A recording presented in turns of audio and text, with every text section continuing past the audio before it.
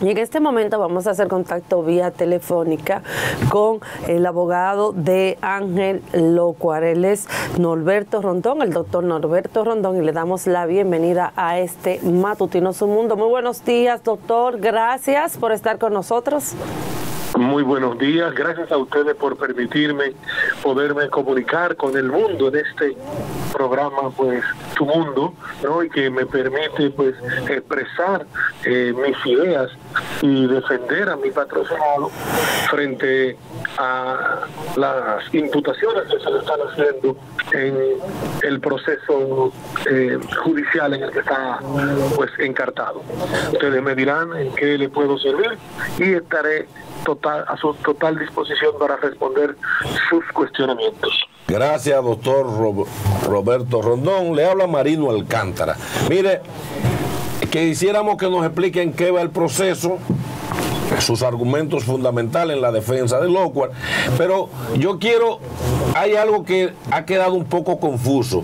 Cuando él da las declaraciones, dice, yo fui contrario al PLD y si le di si di dinero del mío limpio, fue al presidente Luis Abinader. ¿Eso es una condicionante o es que en realidad le dio dinero al presidente?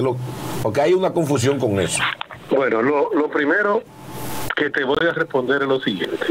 Estamos en la etapa en que el Ministerio Público está presentando sus argumentos relativos a lo que es su línea de investigación y el por qué quiere que la juez coordinadora de los juzgados de instrucción, Kenya Romero, que es la que está a cargo de este proceso, dicte medidas de coerción en contra de los encartados.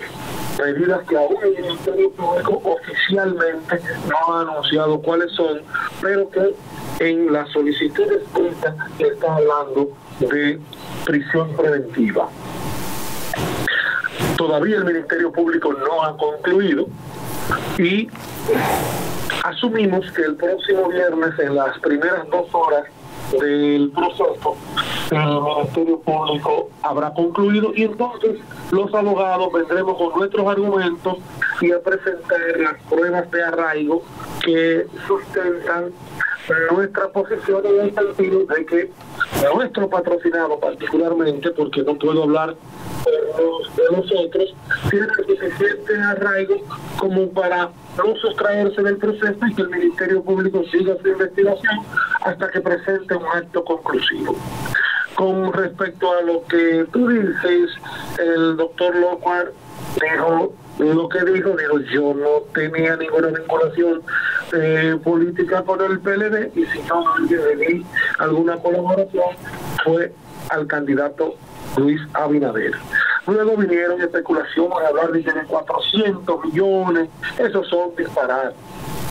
Yo no sé cuánto él pudo haber aportado en alguna cena, cosas por el estilo, pero no, jamás ese tipo de aseveraciones de 400 millones de pesos. Eso es una aseveración de gente que con tal de dar unas supuestas primicias y de decir que son los mejores informados, salen con esa serie de aseveraciones sin fundamento alguno. Si usted busca el video, usted va a ver exactamente lo que el doctor Locuar dijo.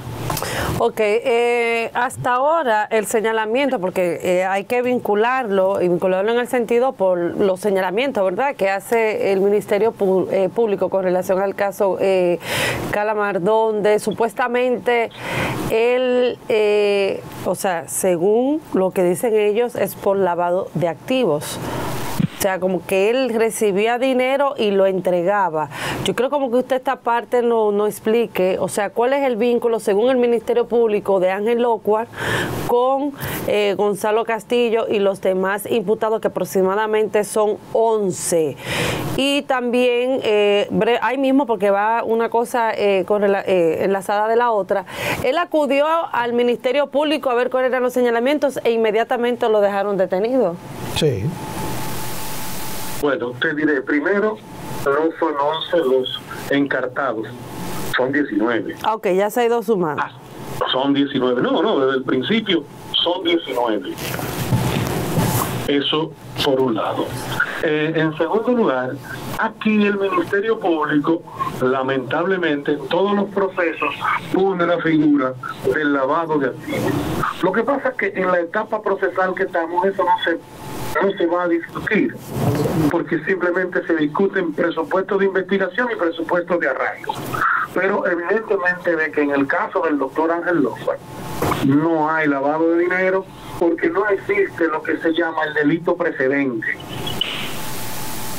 Tú tienes que haber cometido un delito y la ganancia de ese delito tú ocultarla en la compra de inmuebles, llevándolo al aparato circulatorio financiero, al torrente financiero, y luego retirándolo ya como dinero blanqueado. De manera que eso no... Ese es un tipo penal que evidentemente, si llegara a haber un juicio de fondo en el caso de nuestra atrocidad, pues evidentemente... No lo escucho bien, doctor. Díganos ahora nuevamente esa parte, si la podía repetir. No se sustenta, no tiene, porque el Ministerio Público le está poniendo a todo el mundo los mismos tipos penales. Por ejemplo, a Ángel lo acusan de coalición de funcionarios, pero Ángel no es funcionario. Entonces, si no está el elemento constitutivo esencial de que para que haya una coalición de funcionarios tienen los funcionarios que ponerse de acuerdo y él no es funcionario, eso no le aplica a él. Sin embargo, está puesto ese tipo penal para él. Se habla de estafa, pero para que haya una estafa tiene que haber la sustracción, tiene que haber un medio mediante el cual, una maniobra fraudulenta mediante el cual tú hayas hecho que alguien se despoje de bienes o de derechos, ¿verdad? Bajo un subterfugio, bajo un engaño. Y en este caso no lo hay. Las secciones de crédito que firmaron los dueños de las propiedades que a su vez habían sido expropiadas lo hicieron voluntariamente y lo hicieron ante notario público, y eso es una actuación netamente legal, de modo y manera que en esos dos pero entonces temas, lo que yo no entiendo, hay ningún tipo de responsabilidad pero entonces, en cuanto a nuestro patrocinado. Ok, doctor, excúseme, pero entonces lo que yo no entiendo, si usted dice que no es por estafa, ¿verdad? Ni lavado de activos, ni coalición de funcionarios, porque yo entiendo también que una persona tal vez para llevar a cabo, con todo el respeto, no estoy diciendo que sea eso, pero para una persona llevar a cabo o sea, todas estas medidas que lleva a cabo para definir coalición de funcionarios, no tiene obligatoriamente que ser funcionario. No estoy diciendo que es el caso del señor Locuar. Ahora bien, lo que yo no entiendo, para yo preguntarle aquí... Oye, discúlpame, es que para que un tipo penal se configure, tienen que darse lo que se llaman los elementos constitutivos. Entonces, en el delito de coalición de funcionarios, la condición sine qua non de los que se coligen, de los que se ponen de acuerdo, es que ambos sean funcionarios. Y Ángel no es funcionario. Entonces, en cuanto a Ángel, ese tipo penal, si viniera un juicio, eso no va a ser posible que a él lo imputen de ese tipo penal. A eso es que me refiero. Ok, entonces, doctor, la pregunta es, entonces, ¿cómo entra Ángel Locuar a estos señalamientos? Bueno, porque Ángel, o sea, por ejemplo, abogado, experto en derecho administrativo, es contratado por personas para hacer procesos de justiprecio ante el Tribunal Superior Administrativo de propiedades que fueron previamente declaradas de utilidad pública hace 20, 30, 40, 50, 60 años y el Estado nunca las pagó. Eso se somete ante un juez, se lleva un título de propiedad, se lleva una tasación que tú haces, el Estado hace una, que al Estado se la hace catastro, y entre lo que el Estado oferta y lo que presenta el propietario que ha sido despojado del derecho de propiedad por parte del Estado, el juez fija un precio, y de eso él cobra un porcentaje que varía, un 10, un 15, un 20, hasta un 30 puede cobrar el abogado. Okay, entonces, ellos están alegando que algunos de los procesos de determinación de herederos no fueron completados. Pero quien tenía que verificar eso era primero el juez, antes de dar la decisión. Y después la Contraloría General de la República y Bienes Nacionales, no el abogado que te está diciendo págame. Sí, pero, además, por ejemplo, pero en este caso, señor doctor, registrados en una ley que es la ley de presupuesto del año 2020, y esa es una ley orgánica que mandaban pagar esas propiedades. Doctor, entonces una pregunta, entonces, por ejemplo, si él tenía un cliente, para yo entender, si él tiene un cliente, ¿verdad? Y ese cliente, por ejemplo, el Estado le debía 40 millones de pesos. Si el Estado se pone de acuerdo con la persona y le dice, miren, yo nada más te puedo pagar 20 millones de pesos, que era lo que se decía, ¿verdad? Y los demás se quedaban con los otros 20. Se supone que él no tenía que firmar, por ejemplo, de que el Estado le pagó los 40 millones de pesos, por ejemplo, ¿verdad? Para que eso se quede saldado. Y, por ejemplo, en este caso, si Ángel Lockhart era el abogado, o sea, no se daba cuenta de eso, o sea, no verificaba. No, porque es que, oye, ¿qué pasa? Si tú tienes una propiedad, te la declaran de utilidad pública y un juez dice que vale 100 millones, y yo soy tu abogado, tú me das a mí mi 30%, yo me tocan 30 millones. Con tus 70 millones tú haces lo que tú entiendas porque son tuyos. Sí. Entonces, ¿qué pasa? Había gente, empresas, que se dedicaban a visitar los clientes, a visitar abogados y decirle, mira, si tú me das una comisión de lo que dice esa sentencia de 100 millones, yo te diligencio el que te paguen. Y gente que tenía 50, 60 años viviendo en la pobreza, teniendo terrenos multimillonarios en zonas de alto valor como parques nacionales o el aeropuerto o aquí en el centro de la ciudad, como el caso de los terrenos del Jardín Botánico, decía, mira, yo tengo 60 años esperando para cobrar, si me tocan 100 millones y me van a dar 50, porque le tengo que dar 30 al abogado de los 70 que me quedan, yo, ¿cuánto hay que darte de comisión para que me paguen tanto? Pero esa comisión la pagaba directamente con una cesión de crédito el dueño de su dinero a los que buscaban, vamos a llamarlo así, a los agentes captadores de clientes para que le pagaran deuda pública. Lo que pasaba con el dinero de ahí para allá es totalmente ajeno al abogado. Sí, es. ¿Me doy a entender? Sí, me entendí. Doctor Rondón, Pedro Galán. Sí, señor. ¿Cómo está usted, distinguido? Bien, hermano. Una preguntita. El doctor Ángel Lockhart fue abogado, apoderado de esas personas. Entonces, ¿qué relación tiene Ángel Lockhart con este caso Calamar y de qué se le acusa? Bien, como te decía, su relación es que él fue abogado en 6 casos, porque son como 30 casos. Pero la mayoría de ellos, Ángel no fue abogado de ninguna de las partes envueltas, solo en 6.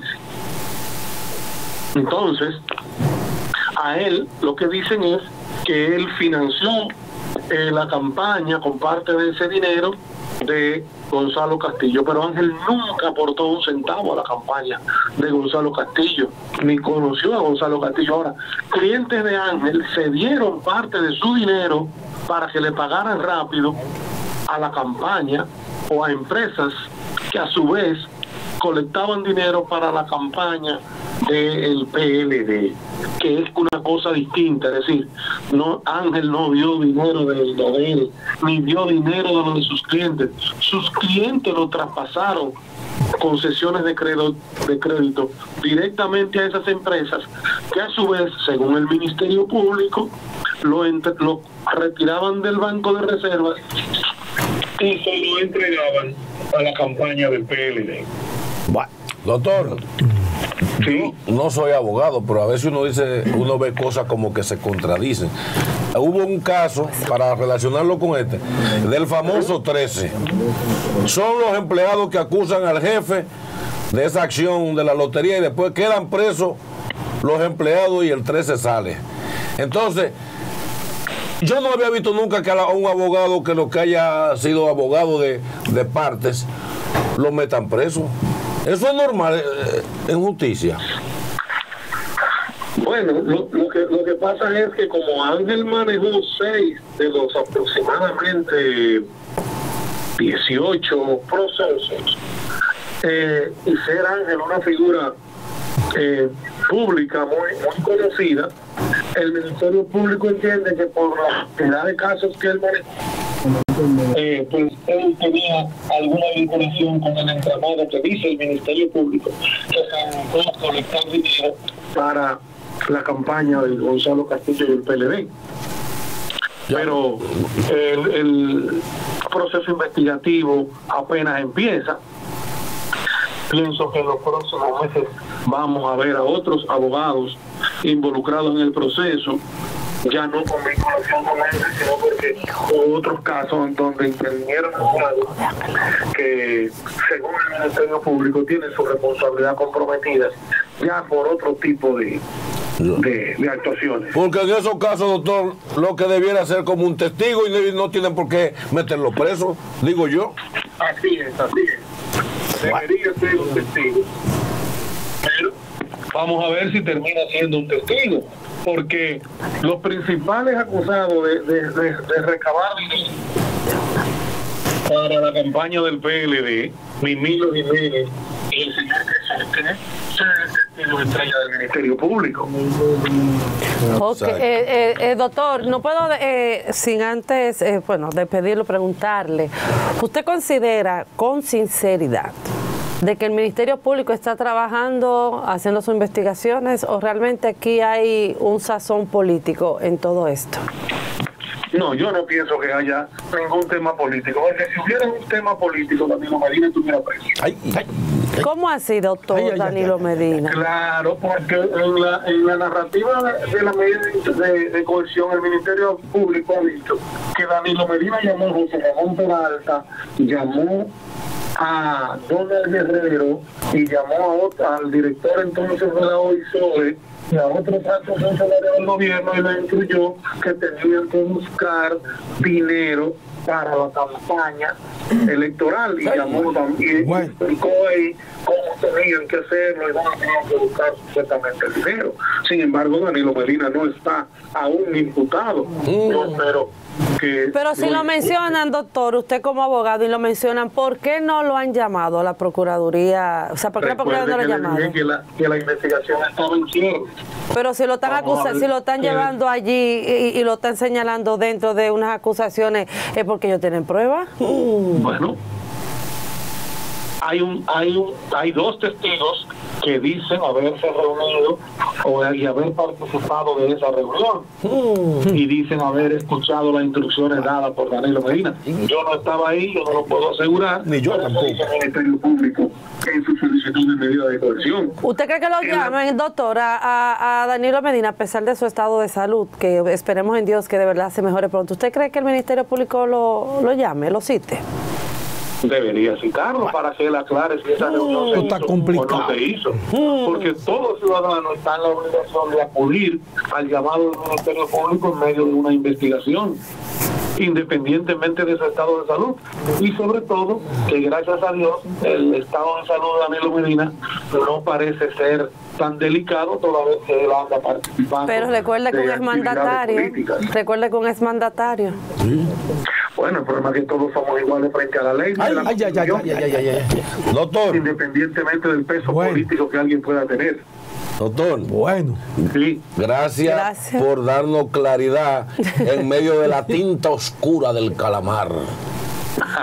Gracias, doctor. Bueno, gracias a ustedes por darme la oportunidad de expresarme a través de su medio. Gracias. Y ustedes tienen ahí a Galán, que es más que un amigo, un hermano. Cuando deseen contactarme, pues estoy a su total. No, y usted casi es tío mío, somos familia. Bésale la mano. También tengo una sobrina. Imagínense ustedes, soy todo de ustedes. Gracias, doctor. Gracias.